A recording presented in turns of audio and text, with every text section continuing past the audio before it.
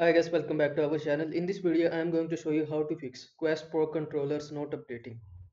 If your Quest Pro controllers not updating, then here you will see. These are the people's opinion and solution regarding this. This is the solution of your problem. Unpair the controllers with the Meta app. Hard reset the controller itself. Press A and Oculus button on the right controller until the LED on the back is flashing in all colors. Do not stop pressing when the rumble kicks in. Same for the left, but with Y. Pair only one controller. I started with right one. Probably it's working with both at the same time, but this way worked for me. Restart your headset and press the Oculus button for 2 seconds. Update is starting and running through.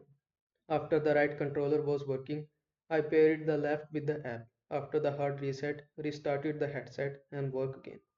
After a successful update, the headset need a restart to recognize the controller. So this is the solution of your problem.